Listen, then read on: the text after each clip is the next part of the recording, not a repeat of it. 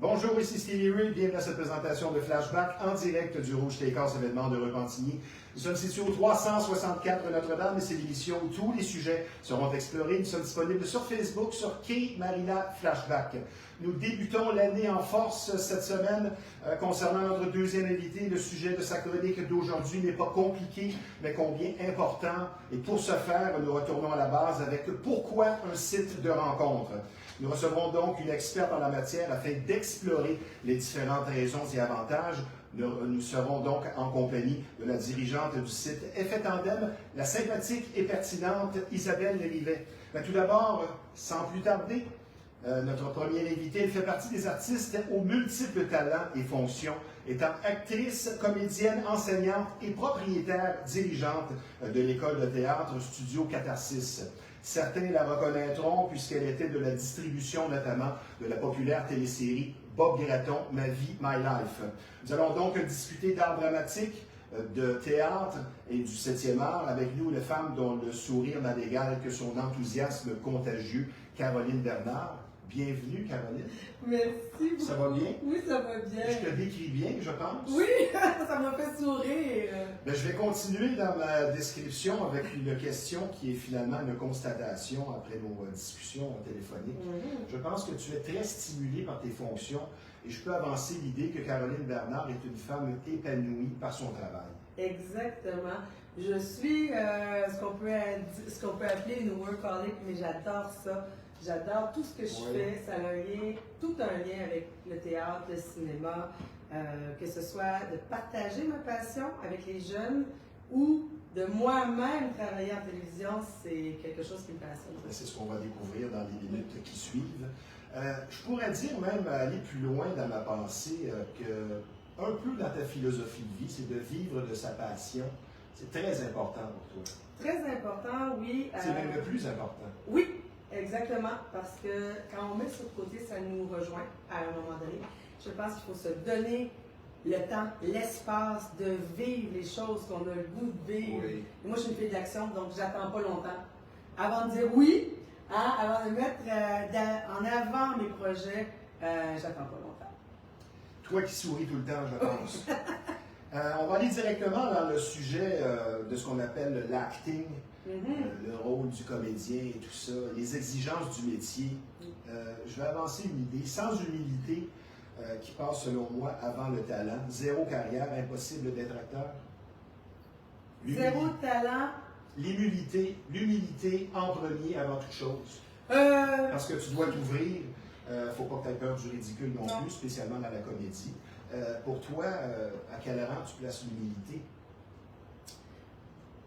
Je pense que je te surprends. Oui, tu te surprends avec ta question. Mais en fait, j'étais plus au départ de ta question, est-ce que sans talent, on peut faire le métier? C'est que, disons que si je la reformule, malgré tout le talent du monde, si tu n'as pas d'humilité, oui, tu as raison. Ça va être compliqué. Tu as raison. Mais malgré ce que tu dis, il y a beaucoup de gens qui font le contraire. Ça, c'est bien dommage. Mais oui, tu as raison. C'est quelque chose qu'on met en premier. Puis, sans talent, moi, tu vois, j'aime mieux travailler avec des gens qui n'en ont pas, mais qui ont la passion.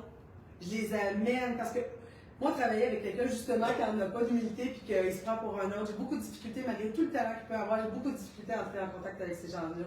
Je travaille souvent avec des jeunes qui passent des auditions pour les écoles de théâtre, entre autres, qui ont moins de talent, mais je sens qu'ils ont le vouloir. Oui, et ça va traverser les épreuves du métier, parce que les épreuves du métier, on va y revenir, il va y en avoir une puis deux.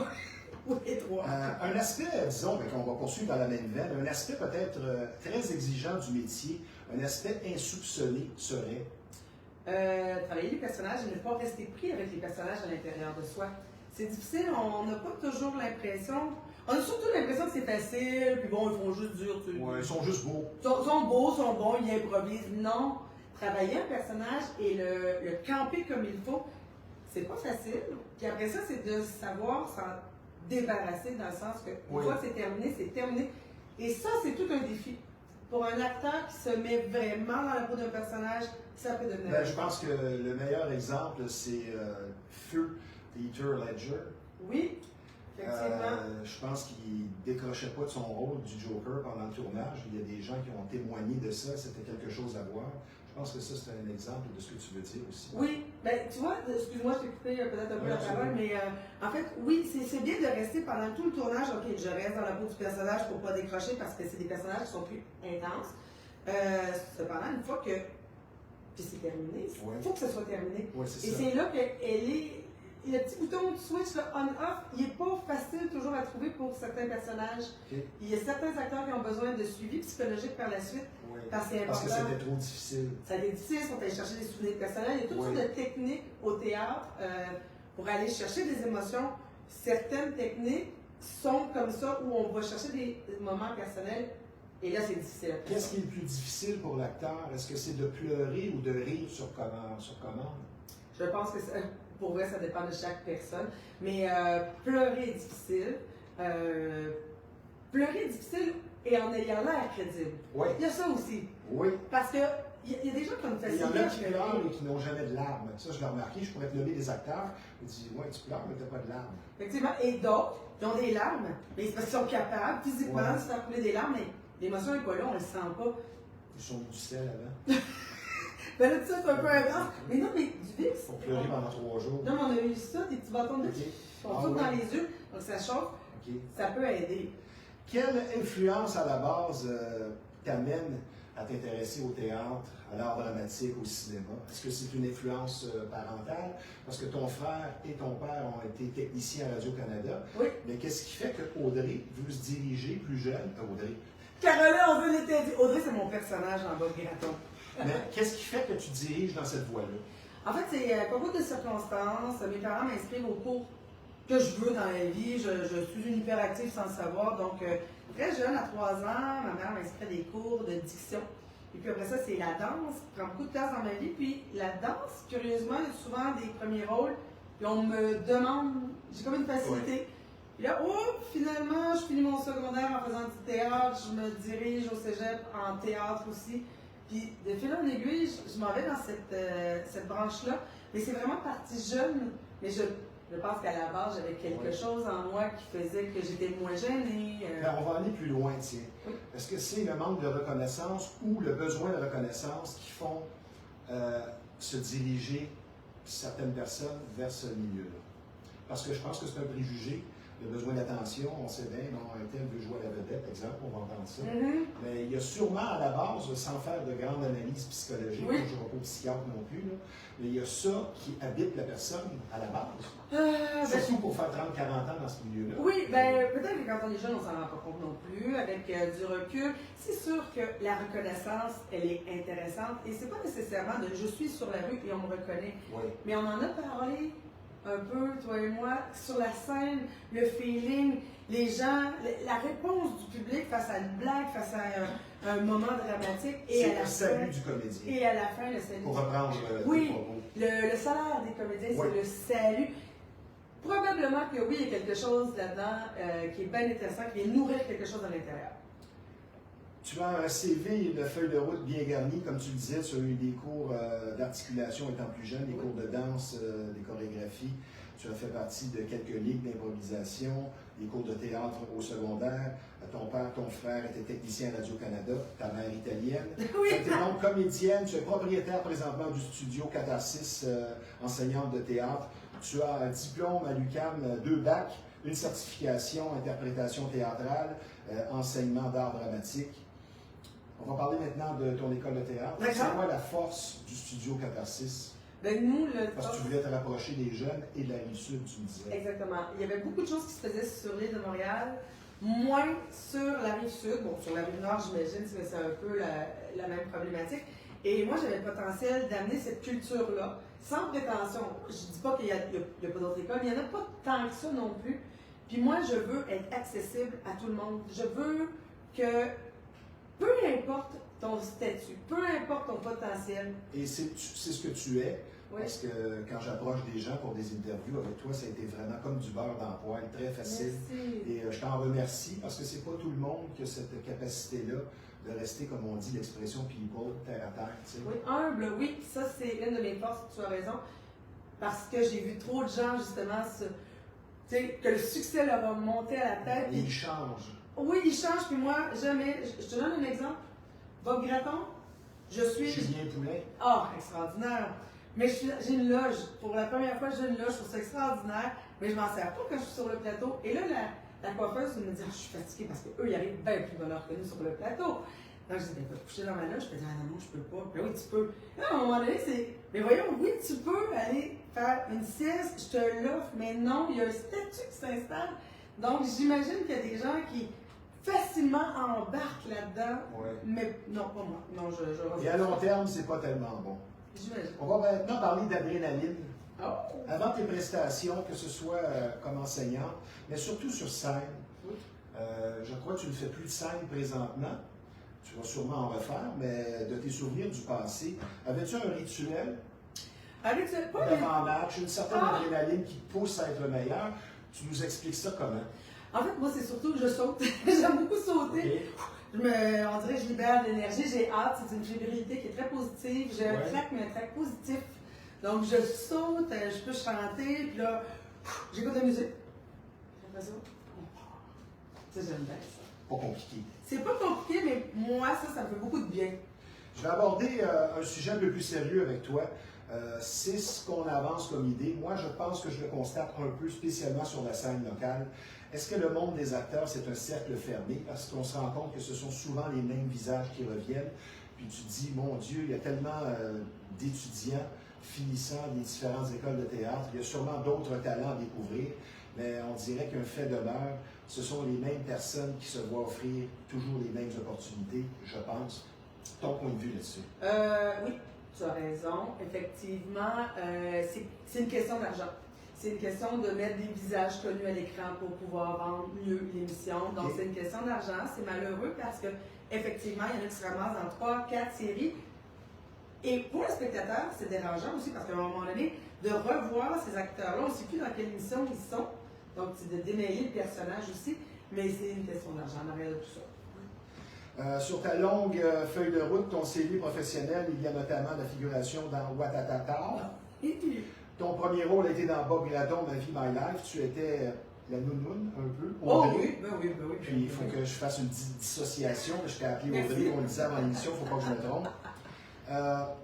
Est-ce que Audrey, au final, parce qu'on parle du phénomène de typecasting, oui. C'est-à-dire qu'on t'associe à une certaine structure, une certaine sphère, certains rôles. Est-ce que Audrey t'a nuit? Oui, ça m'a nuit. En fait, le personnage, mais l'émission comme telle m'a nuit. Les gens ne voulaient pas s'associer à cette image. Puis je te donne un exemple. J'avais réussi à avoir une publicité de mascara. Et puis, quand on a su que j'étais la fille dans Bob Gratton, ils n'ont pas voulu tourner avec moi. Il a fallu que je leur parle et leur dire, écoutez, là, je ne parle pas de la même façon, je ne marche pas de la même façon. C'est loin d'être nounoun? Ben non, parce que pour jouer un rôle de nounoun, il faut quand même un minimum d'intelligence. Tu ne peux pas jouer ça comme ça. Donc, j'ai réussi à la tourner, cette pub-là, mais j'ai dû me justifier. Et moi qui pensais que ce premier rôle-là allait lancer ma carrière, au contraire, ça m'a nuit. C'est triste. Quand tu dis je suis une extraterrestre dans ma famille, ça veut dire quoi? Mais les gens dans ma famille sont beaucoup plus terre à terre. Ils ont de la difficulté quand même ma mère me demande mais d'où tu viens, toi? Ouais. Mais oui, c'est pour ça. Je suis un peu côté outsider. en train, probablement. Oh, but en train, mais... L'énergie inépuisable. Oui, mais les projets que je mène à terme, les décisions que je prends, tout ça fait en sorte que, tu sais, je suis pas quelqu'un qui est très standard. C'est ça, je suis un peu une extraterrestre. Pour eux, je suis une extraterrestre. Pour d'autres personnes, je suis correcte, mais pour ma famille, pour les gens autour qui sont habitués à, tu sais, la routine, le dodo, boulot, l'expression, je suis pas comme ça.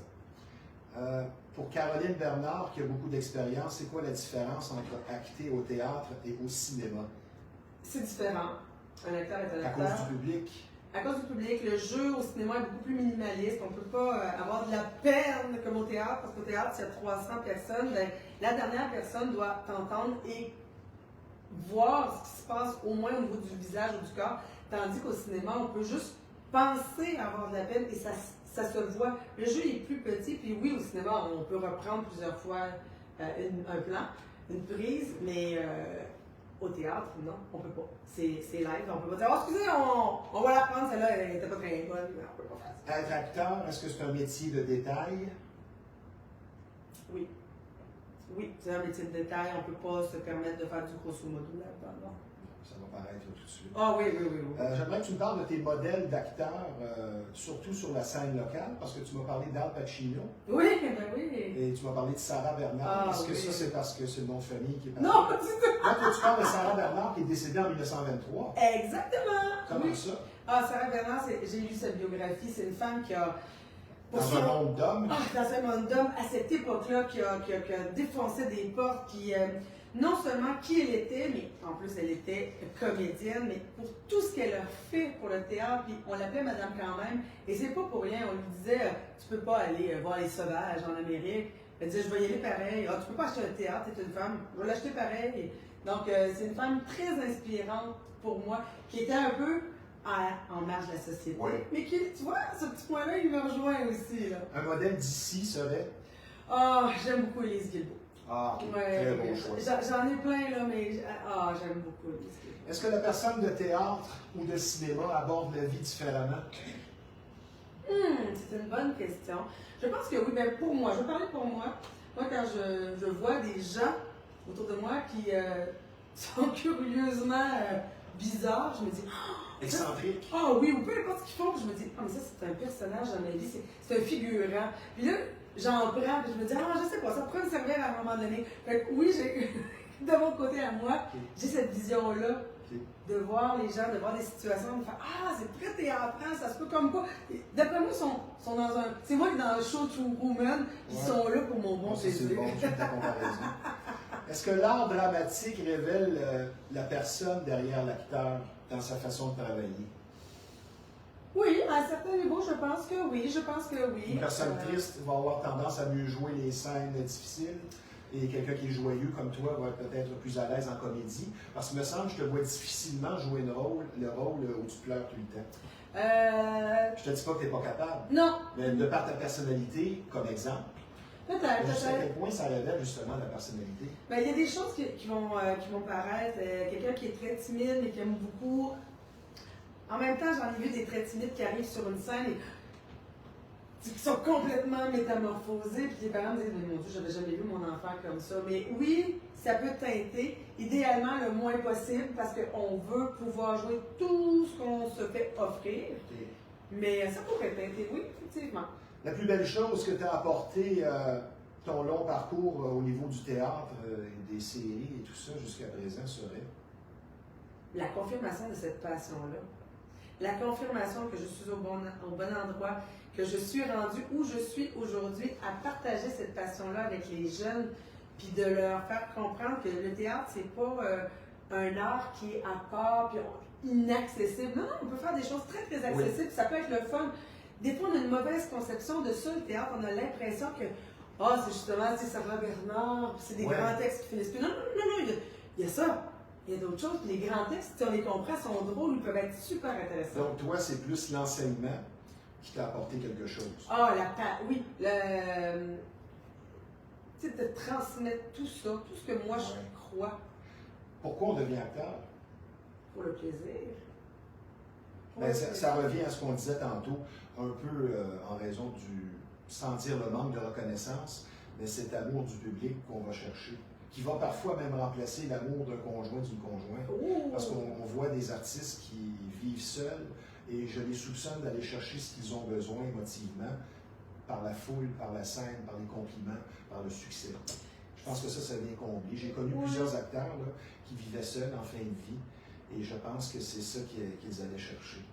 C'est possible, mais quand on passe au-delà de ça et qu'on arrive à faire du théâtre ou du cinéma, des choses qu'on sait que ça va rester à l'interne, mais qu'on a autant de plaisir, je pense qu'on est passé à un autre niveau. Ça, c'est très intéressant. Quand on n'a plus besoin de cette reconnaissance-là, on est rendu ailleurs.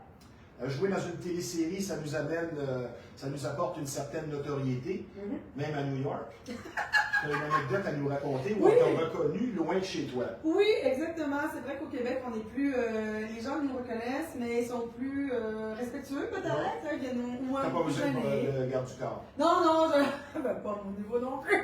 Puis à New York, je pense que là, les gens étaient, tout le monde était en vacances, puis j'étais dans une boutique, on est venu me voir, des Québécois, puis excuse-moi, est-ce que je peux te poser une question? Ben oui. Est-ce que t'es Audrey dans Bob Créateur?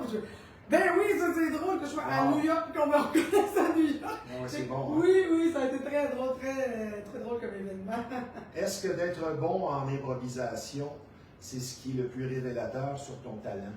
Que ce soit toi ou une autre personne, je pense que c'est le talent brut qui est exposé. Oui, mais c'est tellement sans deux vouloir te choses. souffler de réponse. Non, non, non, mais en fait, c'est tellement deux choses différentes. C'est que si t'es bon en improvisation, ça ne veut pas dire que tu vas être bon à apprendre des lignes, à les jouer et les rejouer. Mais ça peut te sauver. Et c'est pas donné à tout le monde, comme tu me disais, de jouer et rejouer. Non, mais c'est comme un bon acteur qui est bon dans les textes. Peut ne pas être très bon aussi du tac au tac en improvisation, parce que l'improvisation, c'est ça, c'est d'être capable de répondre rapidement à l'autre. Donc, oui, l'impro peut te sauver dans certaines situations. La répartie. Oui, mais tu n'as pas besoin de ça. Avant la pause, ça j'ai trouvé ça vraiment drôle. Ton premier cours de théâtre, tu as été expulsé. Oui! Oui, à l'école de théâtre Tu professionnel. es devenue enseignante de théâtre. Oui! Et ça, c'est l'ultime preuve qu'on peut arriver, si on a de la passion, à n'importe quel résultat voulu. Oui, effectivement. Étais-tu découragé de te faire sortir du théâtre? Ah, c'est. C'était son caractère, c'est quoi? Ben, en fait, je ne rentrais pas dans le moule. Stevie, c'est ça, là, je ne rentrais pas dans le moule. Je n'adhère pas. Moi, si on essaie de me rentrer dans un moule, ça ne fonctionne pas avec moi. Puis on a essayé de me faire rentrer dans un moule, ça n'a pas fonctionné. Je me suis fait mettre dehors de l'école de théâtre. Et encore qu'aujourd'hui, c'est difficile. Je trouve ça encore difficile. C'est peut-être l'orgueil aussi, mais je ne méritais pas d'être mise dehors. Et j'ai toujours le potentiel de faire ces rôles-là, de jouer. Mais oui, j'ai pas eu un enseignant très. Ouais. On va prendre une petite pause, ma chère Caroline. Nous sommes bien heureux de te recevoir, une personne joyeuse comme toi. Tu dégages une certaine énergie. Tu as des belles choses à nous partager. Nous sommes heureux de te recevoir. Puisque je vous rappelle que vous regardez Flashback en direct du Rouge Steakhouse, événement de Repentigny. C'est un restaurant magnifique, une ambiance magique. On n'a pas terminé, ma chère Caroline, on n'a pas terminé. C'est seulement la pause. C'était la pause? Ben oui, c'est seulement la pause. Donc, c'est un restaurant magnifique, une ambiance magique, un service des plus complets, un menu varié, exceptionnel, avec de multiples choix et un personnel des plus courtois. C'est pas compliqué, tout le monde a le sourire ici au Rouge Steakhouse événement. Et sans parler des spectacles pour tous les goûts et la terrasse avec une vue splendide sur le fleuve, évidemment en été et en automne. Donc, nous sommes situés au 364 Notre-Dame à Repentigny. Le Rouge Steakhouse événement, un endroit qui ne laisse personne indifférent. Et je vous rappelle également que nous sommes présentement en conversation avec une femme dont l'énergie et la passion se reflètent dans son travail, la dirigeante de l'école de théâtre Studio Catharsis, Caroline Bernard. Donc, le Rouge Steakhouse, un menu alléchant qui vous attend évidemment, mais surtout la spécialité de l'endroit, notre force, des événements musicaux pour tous les goûts. Plusieurs spectacles intéressants et hauts en couleur à venir, dont le vendredi 19 janvier. Ça va être bien spécial. Hommage à The Doors, un spectacle relevé qui vous attend. Et Forever King, ça c'est l'hommage à Elvis le jeudi 25 janvier avec l'excellent Mathieu Nardi, qui n'en sera pas à sa première prestation ici au Rouge Steakhouse. Il est excellent. Donc, pour des informations, des réservations, je vous invite à nous appeler au 450-704-2252. Maintenant, un mot sur un domaine très en vogue ayant connu une progression fulgurante au cours des dernières années, soit le tatouage. Et quand le temps arrive de choisir un artiste tatoueur, le mot expérience inspire la confiance. Et c'est ce qui vous attend chez Tatouage Rockstar. Il est difficile de faire confiance et de trouver le parfait artiste tatoueur, comme vous le savez, mais pour être reçu avec professionnalisme et gentillesse, et pour que vos désirs et vos tatouages soient réussis avec finesse, une seule bannière, Tatouage Rockstar. C'est situé à Repentigny, 338 Notre-Dame, le numéro de téléphone dans le 450, c'est le 932-3090. Tatouage Rockstar pour la garantie d'un travail réussi. Ma chère Audrey, je n'ai pas terminé avec toi. Audrey? Ah. C'est fort, hein? C'est incroyable. C'est très fort, oui, Je oui. l'écoutais beaucoup, Elvis Gratton. Ben voilà. Ma question suivante, Caroline. Nous jouons tous un personnage dans la vie? Es-tu d'accord avec ça? Oui, D'une on met certaine des façon? masques. On met des masques. Je suis d'accord avec ça. Oui, je suis d'accord avec ça. Oui. Jusqu'à quel point? Ben, en fait, Si tu me parles de ton expérience personnelle. Oui, ben, on arrive à se mouler aux gens, à mettre des masques. On n'est pas. Je peux pas dire que on est toujours honnête, vrai et soi-même. On arrive à se mouler à certaines personnes. Et ça dépend de qui on est, dans quel milieu. Ben oui. C'est sûr, avec les boys, le hockey le dimanche, t'es pas la même personne que, mettons, tu te retrouves au restaurant avec la belle famille le vendredi. Exact, puis c'est pas négatif. Je vois pas ça comme quelque chose de négatif. Multifacette de chaque individu. Oui, de s'adapter. Je pense que c'est plus de s'adapter. Puis de s'adapter, c'est pas une mauvaise chose non plus. Ça veut pas dire qu'on est fauné non plus. Quelle est ta plus forte passion, jouer ou enseigner? Et tu dois répondre. Ben,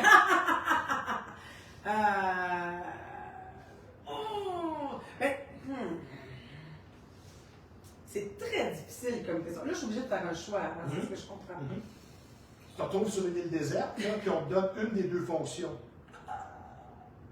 Enseigner. OK. Je vais y aller avec Ben, c'est enseigner. ce que je pensais. Je vais y aller avec enseigner parce que j'adore partager ma passion. Cependant, Oui. quand je joue, j'ai pas l'impression que je travaille. Il y a ça aussi. Ça. Quand je Là-dessus, joue. je te comprends. Oui, hein, c'est un peu la même chose, j'imagine, pour On le toi. ferait gratos. Oui, exactement. Puis là, tu reçois ta paie. Puis là, tu ah, c'est vrai, je Ah t'ai oui, je payé. paye en plus. Oui, Ouais. ça, c'est extraordinaire. Donc, ouais. Caroline, COVID ou non, est-ce que le monde du théâtre est en ascension dans son aspect popularité ou ça stagne? Ça stagne. Ah oui, pourquoi? Oui, ou ça descend un peu. Ben, là, en lien avec la COVID, c'est sûr que ça ne l'a pas aidé du tout. Là. Mais un préjugé, est-ce que le théâtre, c'est un passe-temps pour les vieux? Il me semble que je ne connais pas moins de jeunes qui vont au théâtre que des Oui, des c'est plus vrai. vieux. Je pense que c'est pas assez encore, malgré, là, je vais me faire lancer des tomates, mais assez médiatisé. Ouais. Il y en a des bons spectacles, des choses extraordinaires, mais les gens ne les voient pas. On dirait qu'on est juste. Il y a le TNM qui est extraordinaire, mais on dirait que les gens pensent que ça. Ben non! Ouais. Il y a même des spectacles pour enfants extraordinaires, le fun à voir avec les parents, mais on y pense pas assez souvent, c'est vrai. On va philosopher, toi et moi. Doit-on manger son pain noir pour arriver au succès nécessairement? Non. Non. Il y en a qui sont plus chanceux que d'autres. Oui. Puis, oui, c'est malheureux, mais c'est vrai. Par contre, je pense que le fait de manger son pain noir, son beurre d'arachide sur ses toasts quand tu payes les toasts, fait que la personne est peut-être plus enclin à comprendre le métier et est plus disposée, plus consciente d'une certaine réalité. Tandis que la personne qui est déjà connue, qui a déjà fait, là on n'aimera pas non plus, mais des shows de réalité, qui se fait offrir un rôle sur un plateau d'argent, je ne suis pas certaine qu'elle a tout ce bagage-là. On enchaîne la question suivante. Est-ce que c'est plus compliqué faire carrière au cinéma qu'au théâtre ici? Oui, je crois que oui. Je crois que oui, parce qu'au théâtre, on peut quand même faire des autogérés. On peut quand même. Tu sais, au théâtre, on pourrait, à la limite, être une petite gang, se louer une salle, on fait une pièce de théâtre. Faire du cinéma, ça prend beaucoup de sous. Si on veut faire un projet qui a du bon sens, c'est très coûteux. Donc. Le 7e art, c'est plus payant? Pas Oui. nécessairement. Oui, beaucoup. Tu fais le film, ton année est faite. Non, Non. mais c'est très payant sur le coup. Par contre, c'est très très payant sur le coup, mais si c'est la seule chose que tu as faite dans ton année, tu peux continuer à manger des beurres d'arachide. Que ce soit des décisions de carrière ou autres, on reste dans le domaine professionnel. As-tu des regrets? Non. Non? Rapidement comme ça, là, est-ce que j'ai des regrets? Ah oui, j'en ai un. De pas m'être fait assez confiance après justement l'événement qui est arrivé à l'école de théâtre pour m'exposer davantage. Ça a mis un frein à ma carrière, j'ai eu peur, je me suis retirée. Ça a vraiment joué sur ma confiance. J'aurais pu être dans plus d'événements, j'aurais pu aller plus loin. Ça a arrêté un peu l'élan. Puis c'est difficile. C'est beaucoup plus. Les enseignants là, ne savent pas à quel point souvent il y a un impact positif ou négatif sur un élève. Mais là, ça change, je fais attention aujourd'hui. Le temps avance, nous sommes bousculés justement par le temps. On va y aller dans les questions rafales. Tu me réponds par un mot, un nom ou une phrase. Tu essaies. OK. La personne rencontrée la plus marquante pour toi, Jean-Pierre Monfort. pourquoi? Ah, c'est une légende. C'est un homme extraordinaire qui a fait beaucoup pour le théâtre québécois. Ça a été très marquant dans ma vie. Okay. J'aime comme ça. La personne la plus impressionnante pour une raison ou pour une autre? Dennis Quaid. que j'ai rencontré sur un tournage à Montréal. Ah, wow. Oui, qui m'a parlé. Je trouvais ça bien impressionnant. Qui est renommé pour être séducteur de jeunes filles. Ah! Mais je ne savais pas à l'époque. Mais oui, il m'a parlé pendant un tournage. Oui, ça, j'avais trouvé ça bien impressionnant. Wow. Le plus charismatique? Ah oui! Le plus charismatique. Je ne peux pas te dire, j'ai pas son nom. Que j'aurais rencontré? Ouais. Oh boy! Il jouait dans votre breton, on a fait une scène ensemble où c'était mon fou amoureux dans un. Puis je lui balançais le bâton de golf entre les jambes, mais j'oublie son prénom. De Grand Prix. Ah. Très charismatique. Est-ce que tu constates de l'âgisme, ce qui signifie que vieillir pour une actrice, c'est un sujet délicat? Est-ce que tu constates ça ici au Québec? Oui. Oui, beaucoup. Oui. Oui. Oui, il y a une période où, entre être jeune et être plus vieille, il y a vraiment un dead zone. Puis après ça, quand on passe, là, mettons la cinquantaine, oh là, ça va comme mieux. On dirait qu'on. Ouais. As-tu encore des ambitions Oui. de jouer? Oui. As-tu des projets sur la table? Oui, ben, je fais toujours les. Ça, on ne laisse pas parler, mais j'ai une web série qui s'appelle Les Hockey Moms. Oui, puis on va faire la 3e saison. Là, cet été, on se passe des droits. Ben non, je m'excuse, j'ai tellement de projets. Tu joues une maman, mère de fils qui joue au hockey. C'est une idée originale de moi. J'ai trouvé une équipe, une réalisatrice, une boîte de production. On est sur le web, puis je fais un peu la maman qui est trop crinquée. Et j'adore ça parce que je suis un peu à l'aise. Pas difficile à jouer pour toi? Oui, parce que je suis pas comme ça, pour vrai. Si tu avais un conseil à donner aux aspirants, ce serait lequel? Restez vous-même. Oui. Oui. Très beau conseil. Tu as une session hiver qui commence bientôt à Studio Catharsis. Studio Catharsis. Si tu as quelques renseignements à nous donner pour les gens qui seraient interpellés. Merci. On a des studios Catharsis à Sainte-Julie, Saint-Hyacinthe et Sorel-Tracy. La session d'hiver, on fait le cours de jeu à la caméra. Okay. Donc, c'est 2 cours par semaine jusqu'à la semaine de relâche. Et puis, on monte un film, puis on présente ça au cinéma de Belleuil un dimanche matin. C'est vraiment le fun parce qu'ils vivent la vraie expérience. Puis à la fin, on fait venir une vraie équipe de tournage. Okay. Puis ils font le montage. Donc, ouais, c'est super le fun. Si tu résumais, dernière question, ta carrière jusqu'ici par une phrase ou un dicton, tu dirais quoi? Je dirais que la vie a des hauts et des bas. La sagesse qui parle. Maintenant, ben, disons en terminant, pour ceux qui voudraient justement te donner l'adresse du théâtre, as-tu d'autres choses que tu voudrais nous parler, dont la boîte de pommes?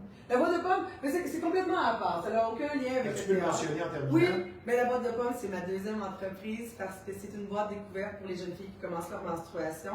Donc, il y a toute une historique, une histoire autour de pourquoi ça s'appelle ma boîte de pommes, et c'est facilement, vous allez trouver facilement sur le web, c'est moiboîtedepommes.com. Bien, merci de ta présence à l'émission et merci au nom de tous ceux à qui tu transmets ta passion inépuisable pour ton art. Ça a été vraiment un plaisir. Longue vie à ton entreprise ou à tes 2 entreprises. Je vais te dire tout simplement bonne année et à bientôt, Caroline Bernard. Merci d'avoir été des nôtres. Merci Stevie, merci beaucoup. Merci Caroline. Maintenant, sur une note un peu plus sérieuse, vous allez être traité avec beaucoup d'écoute et de compréhension. Si vous vivez une infestation, ça c'est un sujet sérieux. Pour certaines familles, c'est carrément un drame. Et plus vous attendez, plus le problème va s'aggraver.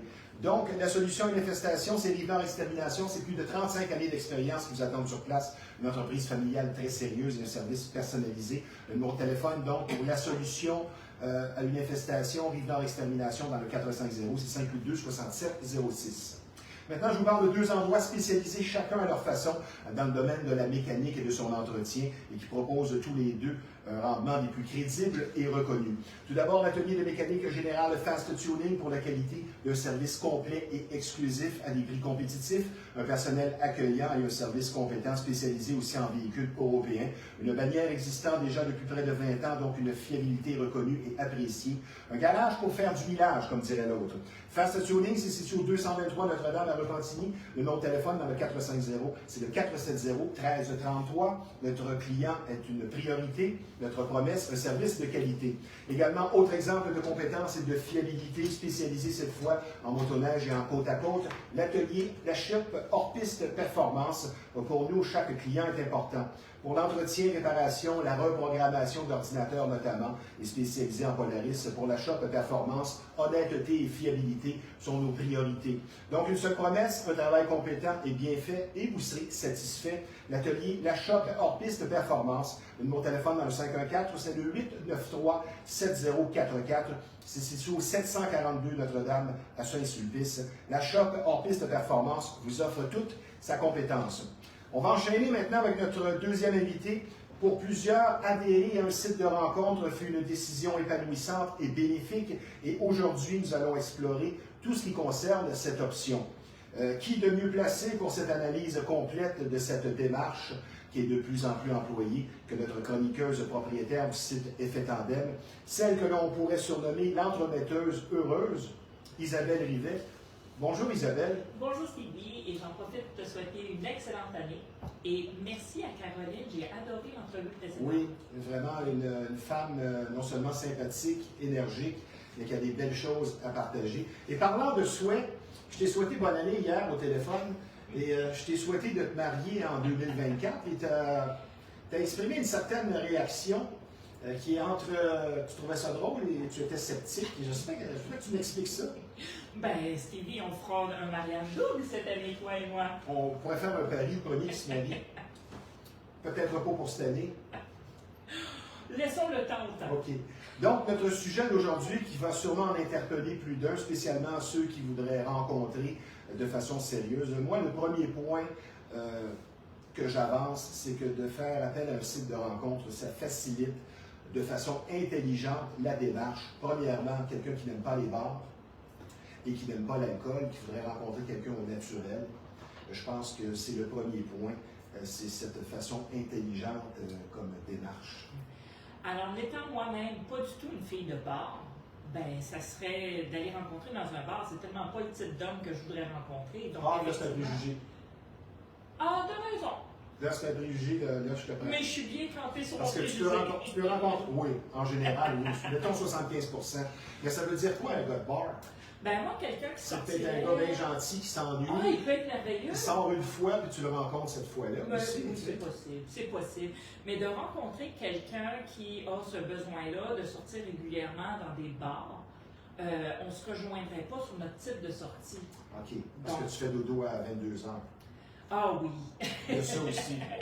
Par contre, de Puis lui, rencontrer... il sort à 22 ans. Oui, mais de rencontrer quelqu'un qui voudrait aller faire du ski de fond à 6 h le matin, OK. ah là, je serais partante et je serais avec lui. Ça, c'est sûr et certain. Ah, ça doit être bien fun. Chacun son type. Qu'est-ce que tu dis de ça, toi, de la façon plus intelligente et sérieuse dans la démarche que j'exprime dans mon premier point? Alors, c'est que le site de rencontre est l'endroit justement pour rencontrer. Oui. Alors, si on parle de statistiques en 2030, il paraît que 94% des couples vont être issus de sites de rencontre ou du moins de démarches via le web. Ben voyons donc, 94. 94% des couples qui seront, des gens qui seront en couple. Ben, moi qui voulais aborder le taux de réussite avec toi, ça veut dire que le taux de réussite est quand même Il est énorme. assez fort. Il est énorme, énorme. Ouais. Wow. Ouais. Et selon, la chose que je vais déplorer, c'est que c'est très long avant de rencontrer la bonne personne. Pourquoi? Ben parce que souvent les gens sont gauches dans leur démarche ou ne savent pas comment On est s'y beaucoup prendre. dans le SCRA. Énormément dans le SCRA. Et le SCRA vient surtout du fait que les gens ne savent pas comment être. Donc les gens vont se donner une personnalité, se donner un rôle. Ouais, il faudrait Les écouter gens- Caroline qui dit de rester naturel. Oui, les gens vont se présenter comme ils aimeraient être et non comme ils sont. Donc, à ce Ouais. moment-là, ça devient plus complexe d'être capable de trouver la bonne personne. Toi, ton premier point, c'était quoi? Ah, ben c'est justement le premier point, on va parler de comment être sur des sites de rencontres. C'est que l'important, c'est vraiment, on y revient toujours, c'est d'être soi-même et de prendre cette démarche-là à la légère. Les gens arrivent avec une lourdeur pas possible. Ils sont stressés, angoissés. Là, ils vont se faire des listes avec des critères, mais la vie n'est pas une liste avec des critères. Toi, tu n'es pas d'accord avec la liste d'attente, comme une chroniqueuse que j'avais dans le temps qui disait inscrivez vos 50 points que vous désirez chez l'autre. Moi, je trouve que c'est un petit peu. Fais-les tes 50 points, mais après, déchire ta liste, là, OK. puis lâche prise. Parce que tu ne trouveras pas 50 points. Là. Non, lâche prise. Ouais. Mais défaire les 50 points peut être quand même intéressant. 50? Ben, selon la personne, tu sais. Mais d'en mettre plusieurs, ça peut être intéressant parce que si je mets plusieurs points sur une liste, puis qu'après ça, je lâche prise sur cette liste-là, et que là, dans quelques mois, je rencontre quelqu'un qui avait un des points que je voulais vraiment pas, ben, ça peut me revenir en background puis de dire hey, t'avais dit dans ta vie que ça, t'en voulais plus. C'est ça. Okay? Donc, c'est pas mauvais de le faire, mais il faut être capable de lâcher prise et surtout d'avoir une ouverture envers ce que la vie a à nous offrir. Oui. Exemple, je veux avoir un homme de 6 pieds et plus. Ben, mesdames, au Québec, je ne veux pas péter votre bulle, mais l'homme moyen mesure 5 pieds 9. Donc, il y a d'excellents candidats de moins de 6 pieds. Là, tu peux lui demander de porter des talons hauts. Si c'est votre genre, Des si bottes ça de convient, cowboy. pourquoi pas? Un autre point que moi j'ai inscrit, c'est qu'une démarche par site de rencontre démontre dès le début les intentions. C'est un peu plus sérieux, veux pas, que comme on le disait dans un bar. Bien, c'est que sur un site de rencontre, on est là pour rencontrer. Mais encore là, de grâce, soyez clair sur votre intention. Est-ce que vous voulez rencontrer quelqu'un pour flirter, pour vous prouver que vous êtes encore bon sur le marché, que vous êtes encore disponible ou autre, ou si vous êtes rendu sérieux et prêt à rencontrer quelqu'un pour du long terme? L'important, c'est d'être vraiment clair sur votre démarche. Parce qu'il n'y a rien de mal à dire que je sors d'une longue relation, donc là, j'ai le goût d'explorer la vie. Vous allez être surpris de voir à quel point ça va être plus facile de rencontrer des gens qui veulent explorer la vie comme vous. Ou d'arriver en disant, ben oui, moi, je suis rendu dans ma vie à m'établir et trouver une certaine stabilité. Donc, soyez clair sur vos intentions. Ton prochain point?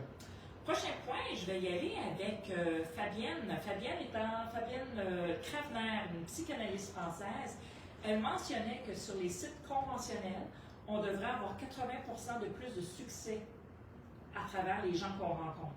C'est-à-dire que quand vous rencontrez, vous inscrivez sur un site, vous rencontrez quelqu'un, si vous rencontrez 10 personnes, elle a mentionné qu'il y en a 8 avec qui il y aurait possiblement... 8? 8, oui. Tu es en train de me dire que je vais avoir, disons, 10 dates, puis il y a 8 femmes sur 10 qui me plaisent et qui représentent un peu mon idéal de femme. 8 sur 10. Oui, c'est surprenant.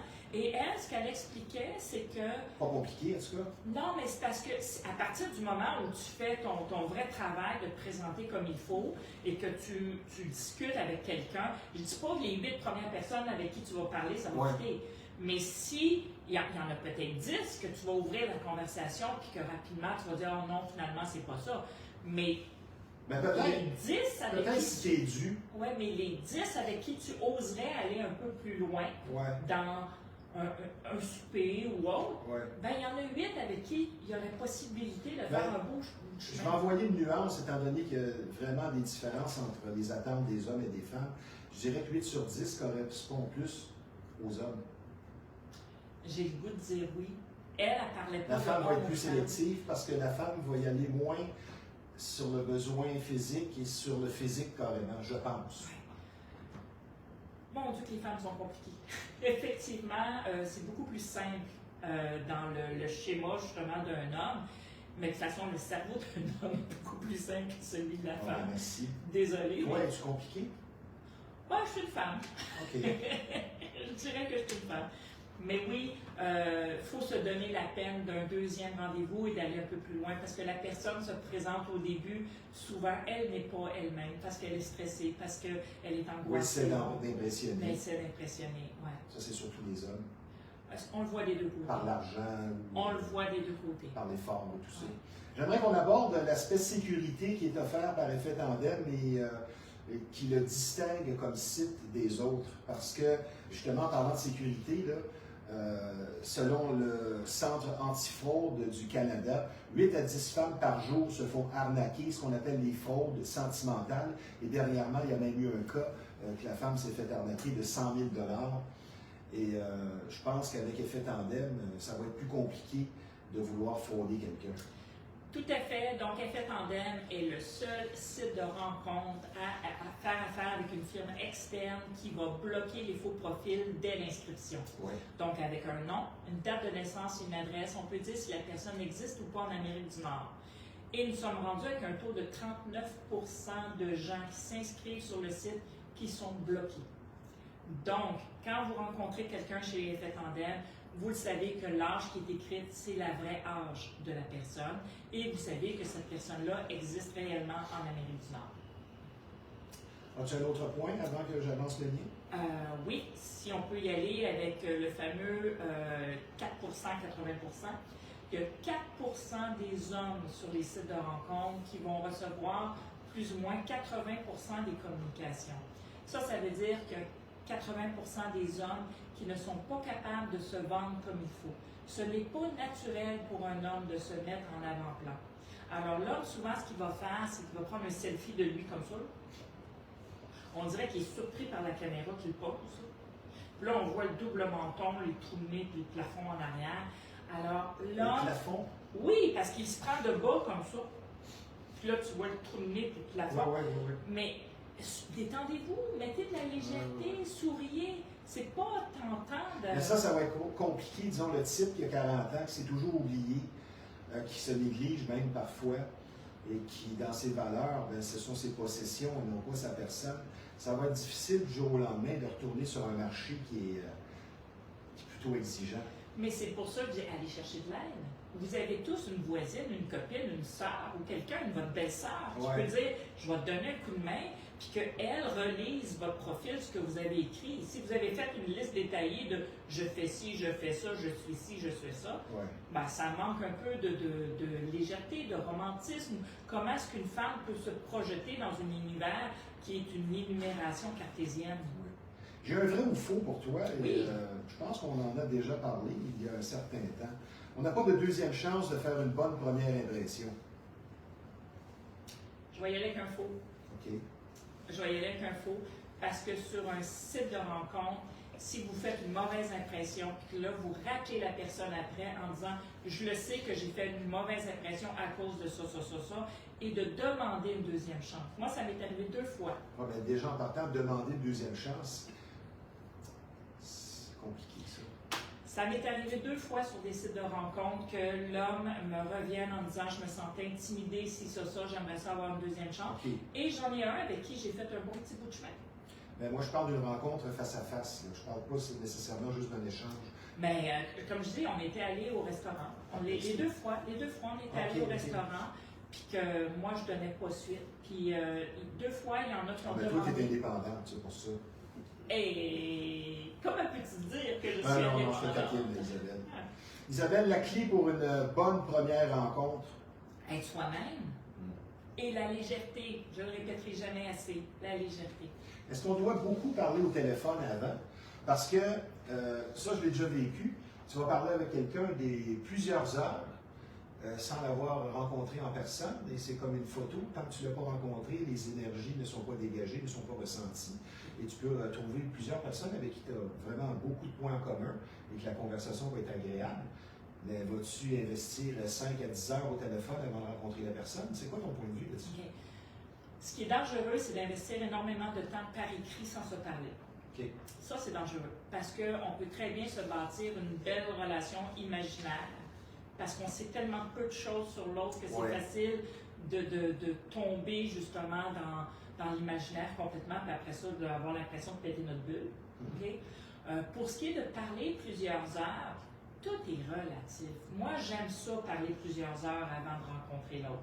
Mais attention, quand je dis plusieurs heures, ça va être échelonné sur quelques jours, mais tout de suite après la première semaine, dans la première semaine, moi, je vais demander à rencontrer l'autre.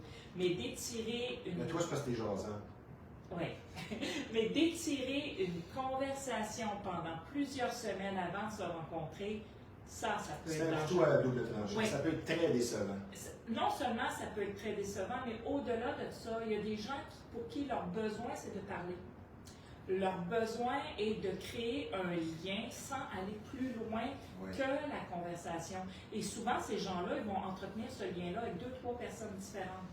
Mais tout ce qu'ils veulent, c'est entretenir le lien pour entretenir le lien comme étant un certain des ennuis, mais ils n'ont pas un réel désir d'aller plus loin dans leur relation avec quelqu'un. Et ça, c'est quelque chose qu'on va rencontrer souvent sur des sites de rencontres. Je vais faire un poète de moi-même et je vais avancer une idée dont on a déjà parlé à l'émission. L'amour est spontané et inexplicable. Si tu aimes quelqu'un pour son argent, c'est du profit. Si tu aimes quelqu'un pour son intelligence, c'est de l'admiration. Si tu aimes quelqu'un pour son physique, c'est de l'attirance. Et ne pas savoir pourquoi on aime quelqu'un, c'est l'amour. Un commentaire sur cet adage? Je l'aime. Moi, j'aime ça. Mais ça ne correspond pas à la réalité. Ça ne correspond pas. C'est idéaliste. Oui, Okay. tout à fait. De ce que tu observes sur le terrain, est-ce que les gens regardent le physique ou le compte de banque en premier? Physique. Le physique, hein? Le C'est normal, physique. l'attirance commence là. Oui, sauf qu'à quelque part, ce que les gens oublient, c'est qu'on va trouver belle la personne que l'on aime. Mais les gens accordent une importance, j'ai le goût de dire, démesurée au physique. Et je trouve ça malheureux, ça. Sincèrement, je trouve ça malheureux. Mais les attentes de M. Bedonnant, qui veut une femme parfaite physiquement, ça c'est le classique, et ça c'est vraiment, loufoque. Ça aussi, je le vois. Et il y a une étude qui a été faite qui mettait justement des très belles personnes célibataires dans un party. Il y avait des très belles personnes, puis ils ont été chercher l'autre extrême, des gens vraiment avec un physique peu enviable. Okay? Peu reluisant. Peu reluisant. Et ce qu'ils ont créé, ce qu'ils se sont rendus compte, c'est que à travers la soirée, la très belle personne, on dirait qu'elle cherche toujours à séduire quelqu'un d'encore plus beau, plus beau, plus beau, plus beau. Donc, eux, ils changeaient tout le temps au cours de la soirée de gens avec qui ils parlaient. Et les gens plus ordinaires se sont comme matchés rapidement entre eux. Et ils ont passé une soirée où ils ont ri, ils ont eu du plaisir. Oui, très important. Oui, ils ont ri, ils ont eu du plaisir. Et il y a des beaux liens qui se sont créés. Puis, on recontacté ces gens-là un mois plus tard. Et il y avait plusieurs gens qui avaient gardé des relations à travers ceux qui étaient plus ordinaires. Et les très belles personnes, très peu avaient gardé des liens. Ben, ça va m'amener à un des points que j'avais préparé. C'est une expression qu'on voit quand justement tu vois un gros bedonnant qui s'est négligé toute sa vie et qui essaye de rencontrer une femme au physique parfait 10 ans plus jeune. L'expression qui dit « crouse donc quelqu'un qui est dans ta ligue ». Et ça, on le voit fréquemment. Je veux savoir qu'est-ce que tu en penses de ça. Attention, chacun définit lui-même quelle est sa ligue. Okay. Si on prend l'exemple connu, Jean-Pierre Ferland, on s'entend, cet homme-là. Mais là, tu prends une exception. Tu prends une exception pour exprimer ta règle. Et ça, c'est vraiment une exception. Oui, le mais gars, il n'est pas nécessairement beau, pas mais il a justement modèle de beauté. Oui, mais il a un charisme fou auprès des femmes. Alors, sa ligue, si moi j'estime que j'ai un charisme fou. Il donne de l'espoir aux autres. C'est ça que tu veux dire? Mais chacun définit quelle est sa ligue aussi. Donc.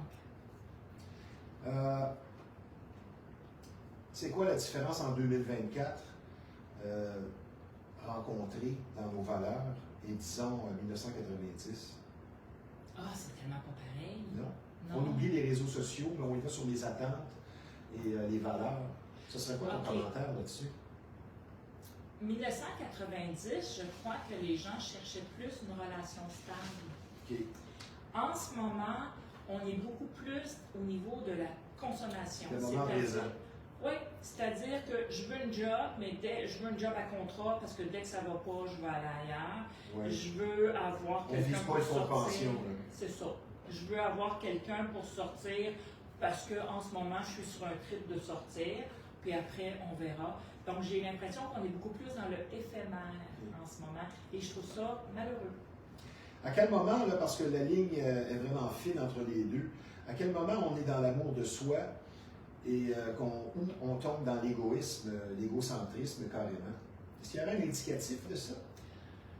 Si je vais sur un site de rencontre et que je rencontre quelqu'un qui dit « Moi, ce que je veux, c'est ça, je veux ci, je veux ça, je veux ça », mais que la personne ne parle pas du tout de elle, qu'est-ce qu'elle a à offrir? Oui, exactement. C'est comme « Tu veux ci, tu veux ça, mais tu as quoi à offrir? » Oui. Et on va le voir même dans la première rencontre. On rencontre quelqu'un qui va parler de ses activités, puis tu viens avec moi dans ci, dans ça, dans ça. Tu sais, c'est comme... Oui, puis les femmes aiment ça, un gars qui parle juste de lui. Ça, c'est vraiment gagnant. Oui, mais à quelque part, c'est comme, oui, mais moi, les activités, est-ce que tu veux-tu juste savoir c'est quoi? Ouais. Peut-être qu'il y a quoi qui pourrait t'intéresser là-dedans. Mais on le voit rapidement. Le phénomène des célibataires aigris. Est-ce qu'il y en a encore beaucoup? Ben, tout à fait. De plus en plus? Oui. Puis ils me font rire quand ils téléphonent au service à la clientèle chez Effet Tandem, puis là, ils demandent c'est quoi le taux de succès, c'est quoi ci, c'est quoi ça. Tu sais, moi, je le renvoie lui-même. Quel est ton taux de succès à toi? Oui. Tu sais, Oui. c'est comme. T'as beau avoir le meilleur site de rencontre au monde, si toi, tu es tout croche à l'intérieur de toi, complètement fermé, ben désolé. Et dans ce temps-là, moi, je les dirige vers la section S'épanouir sur le site de rencontre Effet Tandem. La section S'épanouir est une section... Comme dans le slogan, s'unir et s'épanouir. Oui, c'est une section qui est réalisée par des psychologues, sexologues, coachs de vie et autres, qui ont fait des petites capsules vidéo de 2 à 10 minutes pour favoriser le déclic qu'il faut à l'intérieur de soi pour bien réussir une belle relation. Tu as encore des points? Ben, On va regarder ça après la pause. C'est bon. Je suis bien content de te recevoir encore. C'est toujours vraiment intéressant de parler avec toi de ces sujets. Je vous rappelle que vous regardez Flashback en direct du Rouge Steakhouse, événement de Repentigny, un restaurant-club différent, une ambiance et un menu des plus reconnus. Et cette chronique est une gracieuseté de notre partenaire, le site de rencontre Effet Tandem, avec qui nous sommes en compagnie de sa dirigeante, une passionnée de son métier, Isabelle Rivet. Donc, on va s'adresser aux célibataires de ce monde qui sont plutôt nombreux, puisque rencontrer peut être compliqué, mais il ne faut pas cesser d'espérer, afin de permettre une éventuelle rencontre pour une approche crédible, sécuritaire et sérieuse. Pensez au site de rencontre Effet Tandem. Vous en avez assez d'être seul, vous aimeriez rencontrer et vous ne savez où aller pour y arriver pour une rencontre sérieuse et sécuritaire. Donc, pensez au site de rencontre Effet Tandem, une approche innovatrice et différente qui vous attendent sur place. La vie est bien meilleure à deux, donc Effet Tandem, pour ceux qui voudraient dire encore je t'aime, Effet Tandem, s'unir et s'épanouir, peu importe votre passé, ça c'est bien important. Le numéro de téléphone, donc, pour une rencontre sérieuse et agréable, dans le 514, c'est le 435-4094, effettandem.ca. Je parle maintenant de nouveaux partenaires de l'émission, soit JR Centre d'Auto. Et pour tout ce qui concerne votre véhicule, sera traité avec l'excellence d'un service établi déjà depuis 1997. JR Auto est un atelier, un garage apprécié, un expert pour les pièces de qualité, un service de navette et de véhicules de courtoisie aussi qui est disponible sur place. Et quand on parle d'entretien, d'alignement, de vérification de toutes sortes, JR Auto, c'est une entreprise familiale de premier plan, spécialisée aussi en véhicules et marques de choix telles que Ferrari, Mercedes, Porsche ou Audi. Également expert aussi en camions et voitures pour pistes de course. L'adresse 14 464 Notre-Dame-Est à Montréal, donc Pointe-aux-Trembles. JR Centre d'Auto, un service personnalisé de grande qualité. Ma chère Isabelle, je pense que tu vas aimer la prochaine question. Tout comme la chanson de Pat Benatar, Love is a Battlefield des années 80, est-ce que l'amour en 2024 est un champ de bataille d'une certaine façon? Ben, si c'est un champ de bataille, je pense que tu n'es pas à bonne place. OK. Parce qu'à quelque part, le fameux, là, ils se rencontrèrent, ils furent heureux et ils passent leur vie ensemble. Non, désolé, c'est pas ça la réalité. Là. Oui. Ils se rencontrent, ils ont des difficultés, ils ont travaillé leurs difficultés, ils ont passé à autre chose. Et ce que la vie propose, normalement, c'est 2 à 3 fois dans une vie de couple qu'il y a vraiment des difficultés où le couple est en danger. Et que les gens qui travaillent fort et qui réussissent à passer à travers, après 2-3 fois, là, le couple est comme bien établi, stable, et là, c'est vrai qu'ils vécurent heureux. C'était la prochaine question. On peut avoir une relation sans argument? Parce qu'il y a des couples qui disent, après 30 ans de vie commune, on ne s'est jamais chicané. Ben non, il y en a un qui était bien heureux dans la relation, puis l'autre était bien malheureux. Que j'aime ta réponse. Il y en a un qui s'est jamais L'homme soumis avec sa germaine, le classique. On en a déjà parlé. Elle est bien heureuse. Puis lui, ben, il s'est mis complètement de côté, complètement Et après 20 ans, il est bossu. Ben, les bobos, les problèmes de santé se mettent à sortir de tout bord de côté. Oui. Ton prochain point? C'est que le site de rencontre permet de rencontrer des gens qu'autrement on n'aurait pas rencontrés. Parce que c'est bien beau de dire rencontrer à l'épicerie ou dans notre ville ou au travail ou autre, mais si on veut élargir de ce réseau-là, le site de rencontre permet d'aller chercher des gens qui autrement ne seraient pas accessibles.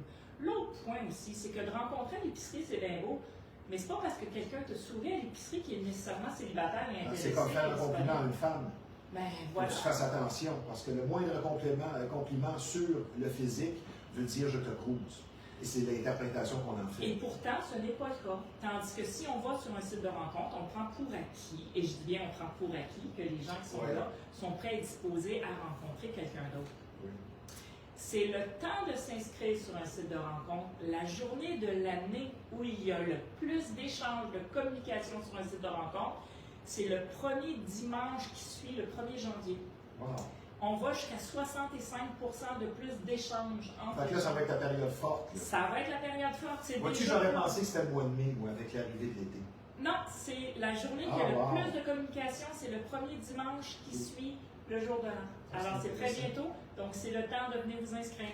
Je pense que tu vas aimer ma prochaine question, puisque nous sommes bousculés par le temps. Ta motivation du début pour démarrer une telle entreprise de rencontre, c'était? Ah, mon Dieu! Alors, moi, je suis la personne qui s'est pété la gueule solide sur des sites de rencontres il y a 12-15 ans. Et j'ai choisi de créer le site que j'aurais aimé avoir à l'époque. C'est-à-dire, pas de faux profil, un site avec des accompagnants pour être capable de sortir des vieux patterns et d'avoir des outils pour réussir les nouvelles rencontres. Un site qui offre des outils pour être capable de se démarquer comme notre fleur. Une fleur par jour à offrir à quelqu'un. Donc, c'est pas comme un bonhomme sourire que tu envoies à 50 personnes. Tu sais. Ouais. Donc, c'est d'avoir des outils, un site qui offre un environnement sécuritaire et qui favorise les relations stables et durables. Il y en a beaucoup d'autres sites pour les rencontres éphémères, mais des sites pour vraiment des relations sérieuses sans tomber dans le rigide. Restons ludiques. Oui. L'aspect le plus surprenant jusqu'ici de ton expérience à titre de dirigeante d'un site de rencontre serait? Mon Dieu, j'ai le goût de dire l'aspect le plus surprenant. La naïveté des gens? Non, c'est la quantité de gens qui peuvent téléphoner au service à clientèle pour vouloir que je leur trouve quelqu'un. Ils ne sont pas prêts à faire l'effort qu'il faut pour se décrire et pour faire eux-mêmes la démarche et la recherche. Mais c'est comme ces gens-là, je me dis toujours, sur quelle planète ils vivent. Ça prend quelqu'un avec qui ils vont avoir une affinité, une chimie. Alors comment peux-tu dire, peux-tu me trouver quelqu'un qui, comme ci, comme ça, comme si c'était un catalogue qu'on met la recherche, et voilà, tiens, voilà ta personne. Et ça me surprend toujours. Ben, c'est peut-être aussi l'ignorance, dans le sens que les gens ne savent pas comment ça fonctionne, surtout si c'est la première fois. Mais ce sont des hommes d'un certain âge qui me demandent ça. Ah, ben là, je te comprends. Oui. Comment se rendre compte, quel serait le premier indicatif d'une bonne première rencontre? Moi, je pense que c'est la façon qu'on se sent.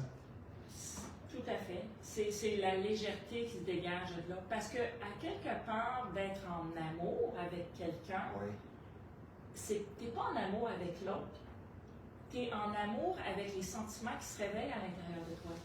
Donc, ça te renvoie, comme tu le disais si bien, au miroir de soi-même. Oui.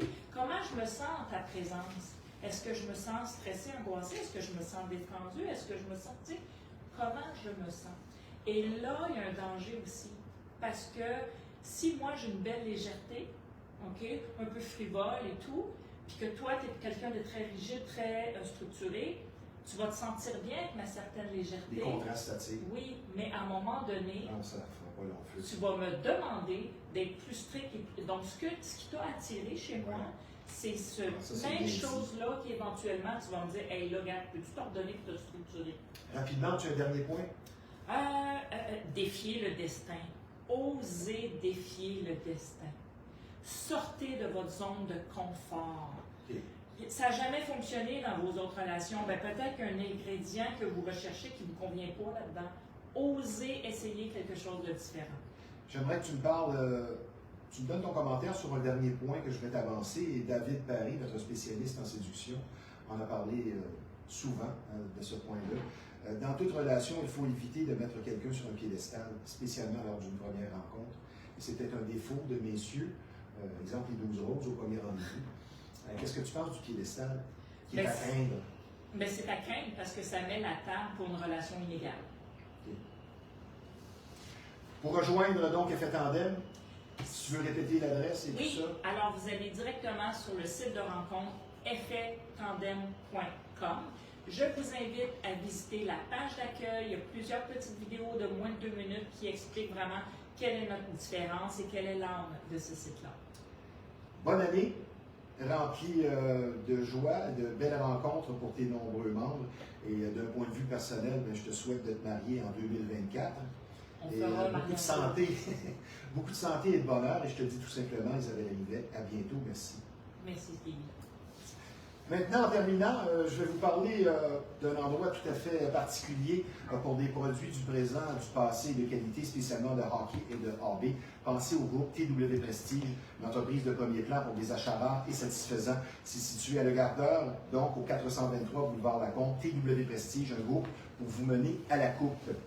Et vous êtes amateur de chasse et de pêche, l'endroit pour vous, c'est Performance Chasse et Pêche, une entreprise qui porte bien son nom, beaucoup d'expérience qui vous attendent sur place, puisque ce très beau magasin existe déjà depuis un quart de siècle, une bonne réputation, tout simplement le numéro 1 de la Rive-Nord quand on parle de chasse et de pêche, et je vous recommande d'aller voir François, le propriétaire et gérant qui est toujours sur place pour des conseils et des batteries, c'est vraiment l'homme qu'il faut consulter. C'est situé au 303 Notre-Dame à Repentigny. Performance, chasse et pêche, là où la passion se vit à chaque saison. Et un gros merci au Centre d'imagerie Pixel, que l'on surnomme et pour cause l'incontournable. Quand on parle d'imprimerie, de graphisme, c'est tout simplement le numéro 1 de la Rive-Nord. Merci à nos deux invités, ici Stevie Ray. À la semaine prochaine.